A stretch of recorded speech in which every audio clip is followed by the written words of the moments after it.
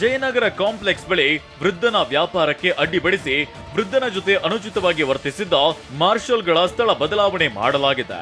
ಇದಲ್ಲದೆ ಸಾರ್ವಜನಿಕರ ಜೊತೆ ಸೌಜನ್ಯದಿಂದ ವರ್ತಿಸುವಂತೆ ಮಾರ್ಷಲ್ಗಳಿಗೆ ಸೂಚನೆ ನೀಡಲಾಗಿದೆ.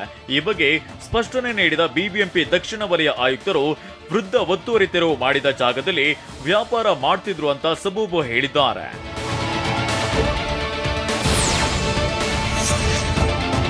ಬೆಂಗಳೂರಿನಲ್ಲಿ ವಿದ್ಯಾರ್ಥಿಗಳ ಎಡವಟ್ಟಿನಿಂದ ಕೆಲಕಾಲ ಆತಂಕ ಸೃಷ್ಟಿಯಾಗಿತ್ತು. ನಿನ್ನೆ ಬನ್ನೇರುಘಟ್ಟ ರಸ್ತೆಯ ಕ್ರೈಸ್ಟ್ ಕಾಲೇಜು ವಿದ್ಯಾರ್ಥಿಗಳು ವಿದ್ಯಾರ್ಥಿನಿಯೊಬ್ಬಳನ್ನ ಆಟೋ ಚಾಲಕ ಕಿಡ್ನಾಪ್ ಮಾಡಿದ್ದಾನೆ ಅಂತ ಮೆಸೇಜ್ ಪೋಸ್ಟ್ ಮಾಡಿದ್ರು.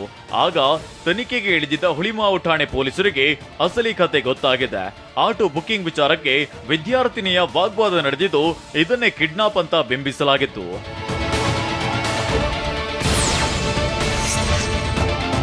ಬಿವೈ ವಿಜಯೇಂದ್ರ ಕಾರ್ಯಕ್ರಮದಲ್ಲಿ ಮಾಜಿ ಶಾಸಕರ ಜೇಬಿಗೆ ಕಳ್ಳರು ಕನ್ನ ಹಾಕಿರುವ ಘಟನೆ ನಡೆದಿದೆ. ಮಡಿಕೇರಿ ಕುಶಾಲನಗರ ಕಾರ್ಯಕ್ರಮದಲ್ಲಿ ಕಳ್ಳರು ಕೈಚಳಕವನ್ನ ತೋರಿದ್ದು ಬರೋಬ್ಬರಿ 5 ಲಕ್ಷಕ್ಕೂ ಅಧಿಕ ಹಣ ಲಪಟಾಯಿಸಿದ್ದಾರೆ. ಅದರಲ್ಲೂ ಅಪ್ಪಚ್ಚು ರಂಜನ್, ಕೆಜಿ ಬೋಪಯ್ಯ ಪರ್ಸ್ ಕಳ್ಳತನವಾಗಿದೆ. ರಂಜನ್ರ 25,000 ಹಾಗೂ ಬೋಪಯ್ಯನವರ 17,000 ರೂಪಾಯಿ ಕಳ್ಳತನವಾಗಿದೆ.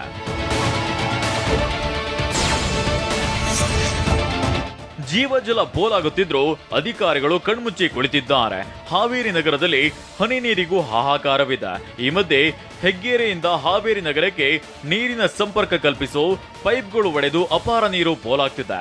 ನಿತ್ಯ ಲಕ್ಷಾಂತರ ಲೀಟರ್ ನೀರು ಚರಂಡಿ ಪಾಲಾಗ್ತಿದ್ದು ಅಧಿಕಾರಿಗಳು ಮಾತ್ರ ಕ್ಯಾರೆ ಅಂತಿಲ್ಲ. ಕೋಟಿ ಕೋಟಿ ಖರ್ಚು ಮಾಡಿದ್ರೂ ನೀರು ಮಾತ್ರ ಪೋಲಾಗುತ್ತಿರುವುದನ್ನ ನೋಡಿ ಸ್ಥಳೀಯರು ಅಧಿಕಾರಿಗಳ ವಿರುದ್ಧ ಹಿಡಿಶಾಪವನ್ನ ಹಾಕ್ತಿದ್ದಾರೆ.